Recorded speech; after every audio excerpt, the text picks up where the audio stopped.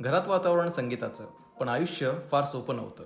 फक्त 13 वर्षांची असताना वडील गेले, घर उद्ध्वस्त झालं आणि त्या लहानग्या खांद्यांवर आली संपूर्ण कुटुंबाची जबाबदारी. शाळा सोडावी लागली आणि गाणं, अभिनय करून आई वडिलांसाठी लढाई सुरू झाली. संपूर्ण संघर्ष इथेच थांबला नव्हता. प्रोड्युसर्स म्हणाले, तुझा आवाज हा खूप बारीक आहे, तुला यश मिळणार नाही. पण त्यांनी डगमगून हार मानली नाही. दररोज सकाळपासून रियाज, रात्री उशिरापर्यंत गाणी, स्वतःवरचा विश्वास आणि संगीतावरची श्रद्धा.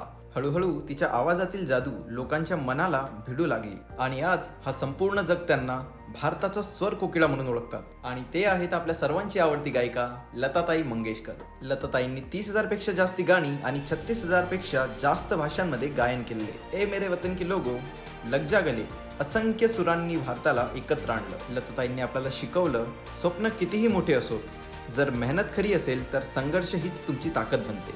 लता दीदी म्हणजे केवळ गायिका नाहीत, त्या प्रेरणा आहेत, त्या भारताची आत्मा आहे. आपल्या महाराष्ट्रातील अशाच इन्स्पायरिंग स्टोरीजसाठी फॉलो करा MH टॉपिक्सला.